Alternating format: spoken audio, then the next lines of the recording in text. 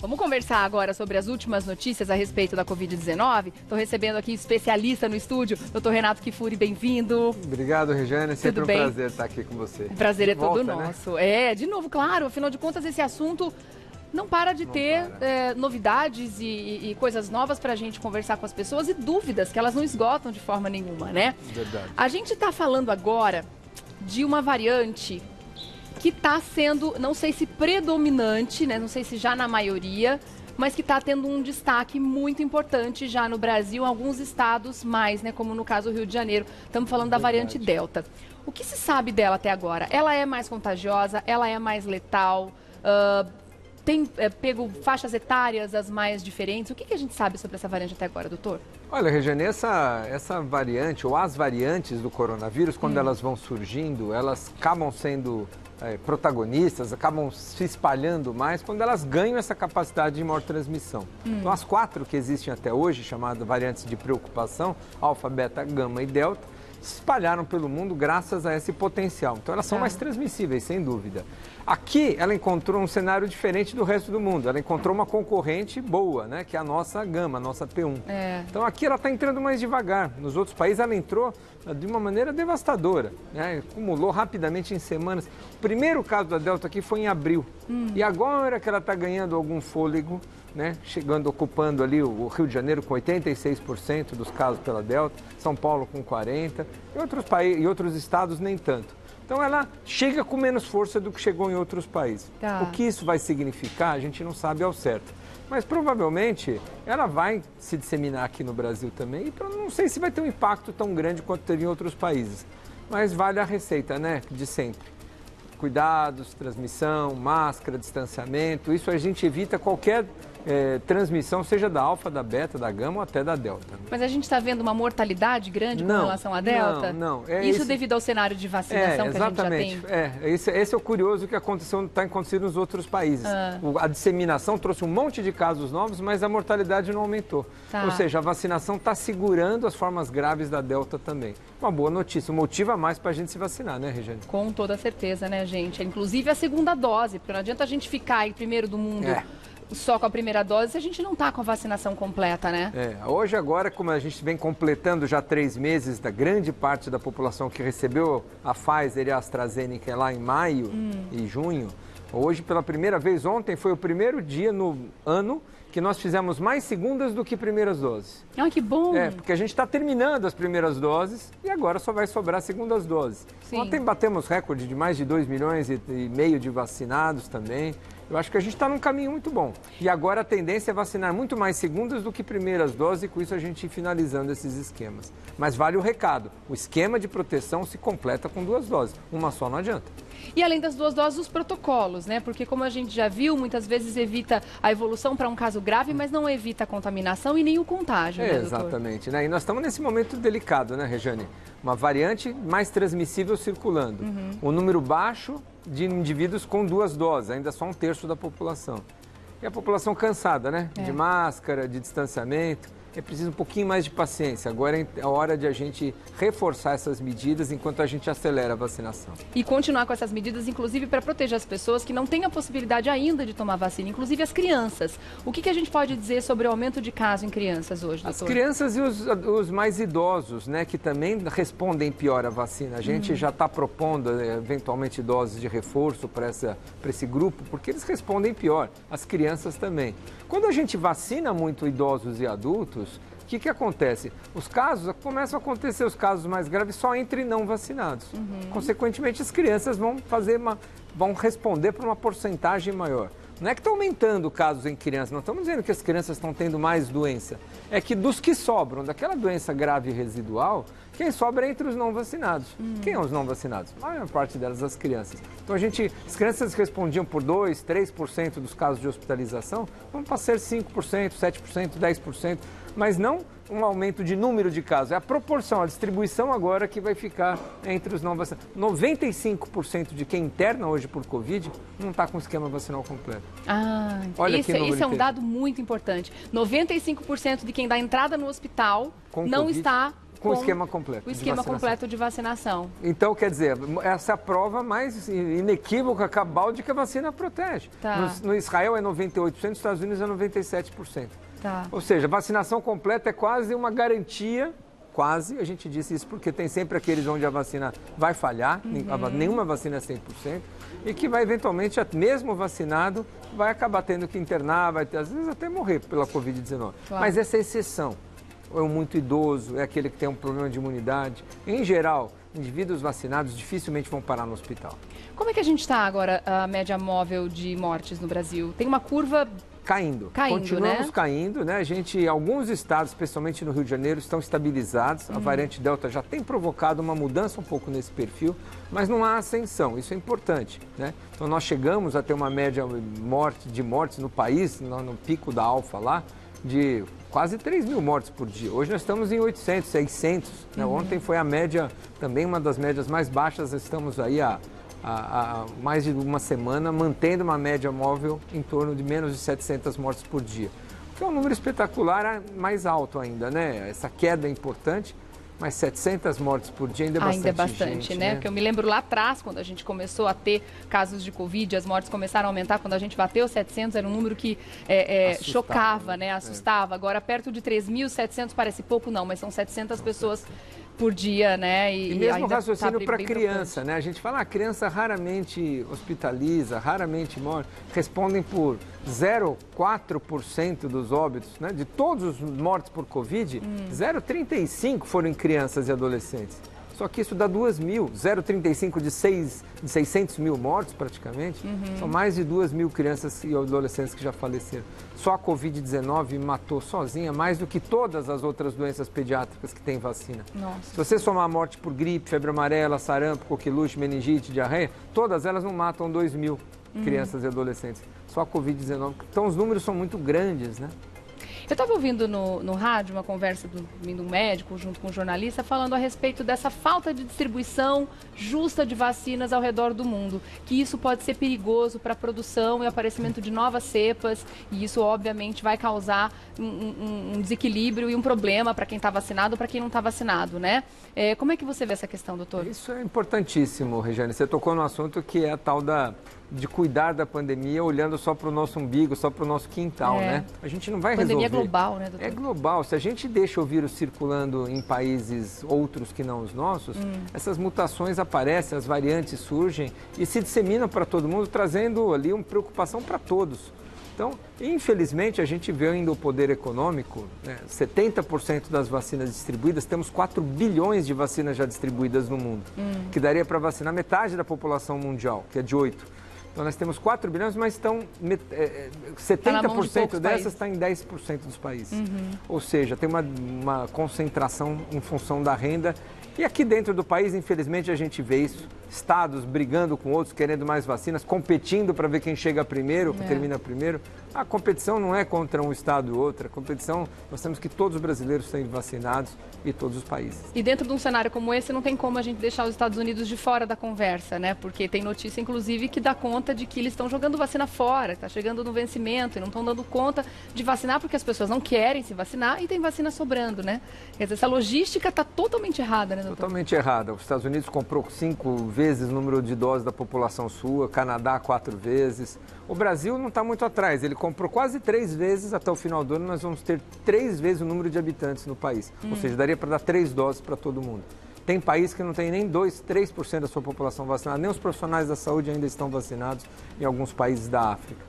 Esses mecanismos de acesso, de democratização do acesso, criados pela Organização Mundial da Saúde, infelizmente têm sido insuficientes para promover uma distribuição equitativa, né? Acho que a gente precisa focar muito nisso mesmo. Tá, eu vou deixar aqui aberto também o canal para que você mande perguntas, tá? @Revista da Manhã, tem alguma dúvida com relação ao Covid-19, sobre vacinação, pode mandar, aproveita que o especialista está com a gente aqui no estúdio, tá? Eu quero saber a respeito de fake news. Já que estamos falando de vacinação, como as fake news têm atrapalhado o esquema de vacinação, isso ao redor do mundo, porque aqui no Brasil, ainda bem, não temos essa cultura de anti-vax, né, como se diz por aí, tão disseminada como, por exemplo, nos Estados Unidos. E a gente tem visto os números lá, aumentando exponencialmente, porque além deles não estarem vacinando como deveriam, apesar do número assustador de vacinas que tem lá, estão relaxando demais nas medidas de proteção. Vamos continuar, então eu deixei aqui uma pergunta no ar a respeito das fake news, porque não são poucas, e eu imagino o trabalho incansável, ou até às vezes cansativo, imagino eu, com as coisas que chegam, com as informações equivocadas que acabam sendo compartilhadas via rede social e muitas vezes até pessoas que se dizem autoridades no assunto, alarmando demais ou, enfim, trazendo informações que não competem com a realidade, né? E aí o trabalho de vocês em ter que ficar tirando essas informações da frente, isso atrapalha inclusive não só o combate nos protocolos do dia a dia, né, o simples usar da máscara, como também no esquema vacinal das pessoas. Né, cria uma insegurança, uma hesitação na vacinação, na adoção dessas medidas. Infelizmente, às vezes até profissionais da saúde, né, veiculando notícias falsas, que a vacina vai mexer no seu DNA, que você vai ficar infértil. Implantar um chip 5G que vai implantar um chip, que o Bill Gates vai rastrear você, que você vai virar um jacaré, que você vai... Conspiração chinesa. Que é um vírus fabricado, que é para ganhar dinheiro para os laboratórios, a teoria da conspiração. Infelizmente, isso atrapalha bastante, você tem toda a razão. Porque, infelizmente, a gente gasta muito tempo, né, para informar a população, esclarecer essas dúvidas, né, e não contaminar com essas informações equivocadas. Mas é o que você falou, o brasileiro ainda confia nas vacinas e eu tenho certeza, olha, que na minha opinião nós terminamos o ano como um dos países que mais vacinou sua população. Né? Porque os Estados Unidos, a Europa, param ali nos 60%, 70%, o grupo antivacina é resistente. Não consegue avançar, aqui a gente vai, quando conseguir, vamos ultrapassar, eu creio que quase todos os países. Tomara, né, gente? É uma boa notícia. A gente vê, né, o efeito devastador dessas informações falsas com os casos e mortes diárias nos Estados Unidos mesmo, que é onde isso ganha uma força impressionante, ganha um corpo, né, esse tipo de movimento antivacina. E a gente vê a variante Delta, principalmente, o coronavírus ganha uma força gigantesca novamente no país. Nos estados onde o negacionismo é maior. Onde então quando você olha a geopolítica e compara os dados de saúde, isso acompanha os negacionistas, os estados onde tradicionalmente os grupos estão lá, que votam com aqueles políticos conservadores. Conservadores não é nem a palavra, esses políticos anticientificistas que não defendem a vacinação. As taxas de mortalidade, taxas de registro de casos são muito superiores a outros locais. Né? É verdade. Uma pergunta bem pertinente aqui do Matheus, querido, beijo, viu? Por que o Ministério da Saúde não segue as recomendações dos fabricantes? É uma dúvida que eu achei interessante também, porque eu já me perguntei isso. Da vacina da AstraZeneca, por exemplo, como o prazo correto para a segunda dose. Se eles estendem para 3 meses, sendo que o fabricante diz que é 28 dias. Fazem o mesmo com a Pfizer, enfim. Por que a gente conseguiu esse prazo mais estendido aqui e se a gente consegue garantir a mesma eficácia assim? Olha, Matheus, excelente pergunta. Quando a vacina foi licenciada, ela foi estudada nesses intervalos, né, de 4 semanas, a da Pfizer com 3 semanas, 21 dias. O que os estudos mostraram, especialmente os estudos em mundo real, de aplicação em programas públicos, que intervalos maiores se traduzem por proteção maior, melhor, mais duradoura, mais efetiva. Então, hoje, a própria Organização Mundial da Saúde, por exemplo, com a AstraZeneca, não recomenda menos do que 6 semanas. Sugere para mais de 6 semanas. Então, essa recomendação hoje de 12 semanas, 3 meses, que nós vamos baixar agora. Agora que nós terminamos, né, quando você aumenta o intervalo, você permite vacinar um número maior de pessoas, num primeiro momento. Agora que a gente praticamente terminou de dar a primeira dose para toda a população, nós vamos reduzir um pouco esse intervalo, para um intervalo que continua mantendo uma alta proteção, mas não aquele de 3 semanas, não. Nós vamos reduzir para 8 semanas, que é um intervalo que continua sendo melhor do que um mês, e ainda assim permite a gente avançar mais rápido um pouco do que 12 semanas. Mas tem estudos que mostram que não se perde nada em termos de eficácia. Ganha-se. Com esse intervalo maior. Ganha-se, não é que não se perde. É melhor 8 semanas do que 4. A Pfizer e a AstraZeneca, esses intervalos hoje são melhores. E a Delta está dando um exemplo vivo disso. Países que utilizaram intervalos maiores, Canadá, Reino Unido, têm tido menos impacto com a Delta do que países que utilizaram intervalos mais curtos com a Pfizer, por exemplo, Estados Unidos e Israel. A entrada da Delta está sendo muito mais devastadora, provavelmente em função desse intervalo muito curto que esses países utilizaram. Tá certo. A pergunta do Cadu também é bem interessante, que eu também ia entrar, você falou da terceira dose. Doutor Renato, a respeito da terceira dose, é verdade que depois de 6 meses cai a proteção da vacina? E se for verdade, quais são as vacinas que fazem parte dessa... Essa é uma interessante pergunta, Cadu, porque a gente pode diferenciar aqui 2 situações diferentes. Uma delas é a dose de reforço, outra delas é a terceira dose. Para quem tem um sistema imunológico comprometido, então nós vamos dar uma terceira dose. Então não é o idoso, é aquele que tem câncer, aquele que tem um transplante, que está em hemodiálise. Esse nós mudamos o esquema de 2 para 3 doses. Então isso a gente chama de terceira dose. 1 mês depois da segunda dose, oferece uma terceira dose. Outra coisa é o reforço. Para aqueles indivíduos de mais idade, especialmente acima dos 70 anos, com o passar do tempo, especialmente 6 meses depois, há uma perda dessa proteção. Então para esses nós vamos dar um reforço. Então para os idosos, reforço 6 meses depois da segunda dose, acima de 70 anos. Para aqueles que têm problema no seu sistema imune, 1 mês depois da segunda dose, uma terceira dose. Isso já é uma evidência bastante consagrada aí no mundo que a gente vai precisar fazer isso. Tá, desculpa, diretora, repete, por favor. Só da Coronavac ou qualquer vacina nesse caso? Todas as vacinas. Todas?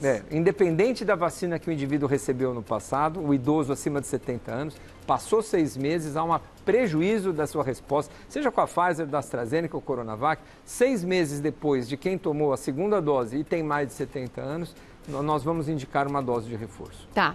Bom, vamos falar agora sobre a vacinação em crianças. O que se sabe até então sobre a segurança dessas vacinas nas crianças? A Carlinha está aqui falando que conversou bastante com a pediatra dela, a filhinha dela tem 4 anos, confessa que mesmo se for, autorizada a vacinação, ainda assim ficaria com medo. O que se sabe até hoje, doutor? Olha, nós não temos muitos estudos ainda em menores de 12 anos. Então, acima dos 12 anos, a vacina Pfizer, que é a única vacina licenciada para essa idade, se mostrou altamente segura. Nós já temos milhões de pessoas acima de 12 anos, praticamente 50 países já utilizando a vacina em 12 a 17 anos, a vacina da Pfizer. Tá. Então, essa é uma vacina indiscutível. Se chegar o momento no seu estado, no seu município, de convocarem acima de 12 a 17 anos com a vacina da Pfizer, não hesite, Carlinha, né? Isso. Vacine seus filhos, sua filha, você precisa protegê-los, porque como a gente comentou, mesmo as crianças e adolescentes não sendo grupo prioritário, tem muita criança e adolescente adoecendo sim, transmitem, podem ter complicações. Covid longa em criança já existe.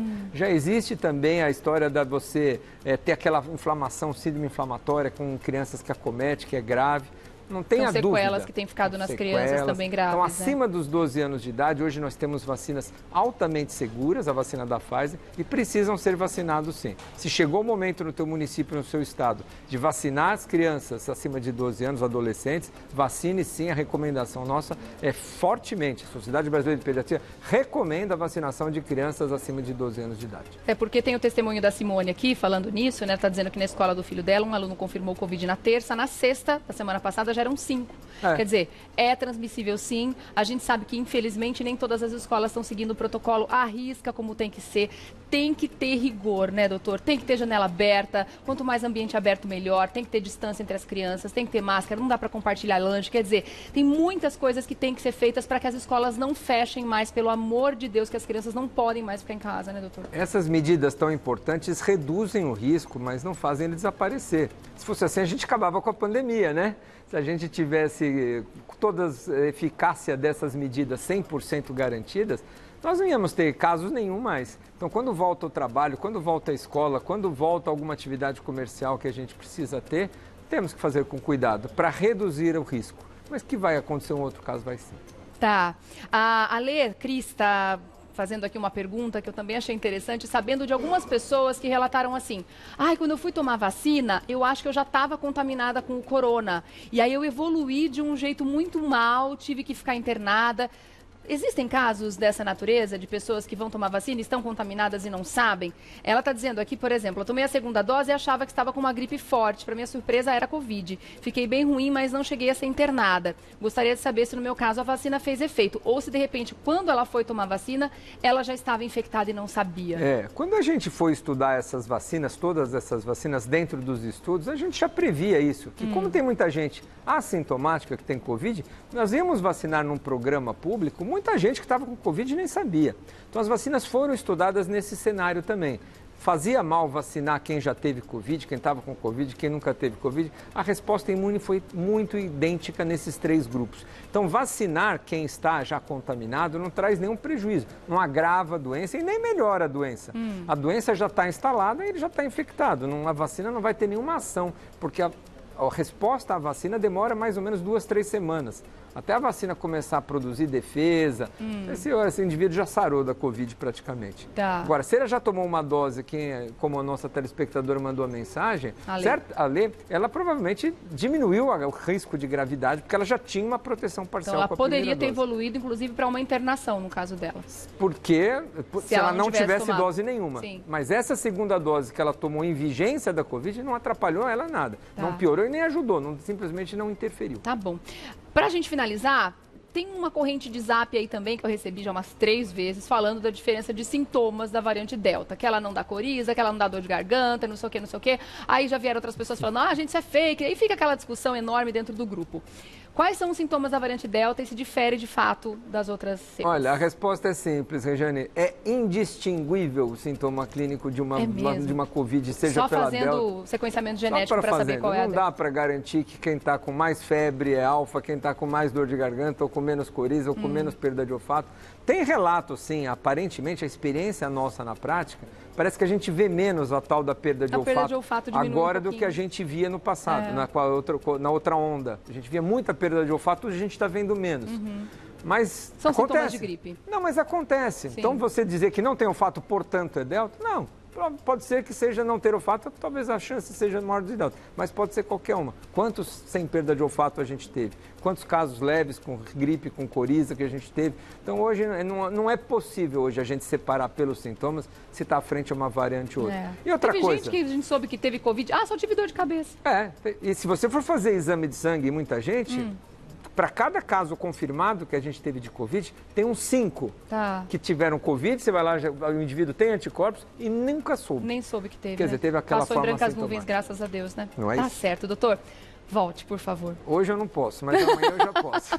Você sabe que as dúvidas não acabam de jeito nenhum, né? Exatamente. Ficaram tantas outras perguntas aqui que infelizmente não deu para responder, mas claro, que o doutor Renato Kifuri volta ao programa, sem dúvida nenhuma, para continuar esse bate-papo necessário, esclarecendo as nossas dúvidas. Doutor Renato Kifuri, infectologista e membro da SBIM, que fala, né? Sociedade Brasileira de Imunizações. Vou deixar o contato via Instagram, @Renato Kifuri, com I, tá bom, Camudo? Renato Kifuri lá no Insta. Obrigada. Obrigado, Regiane. Até a próxima, Sempre viu? um prazer, obrigado.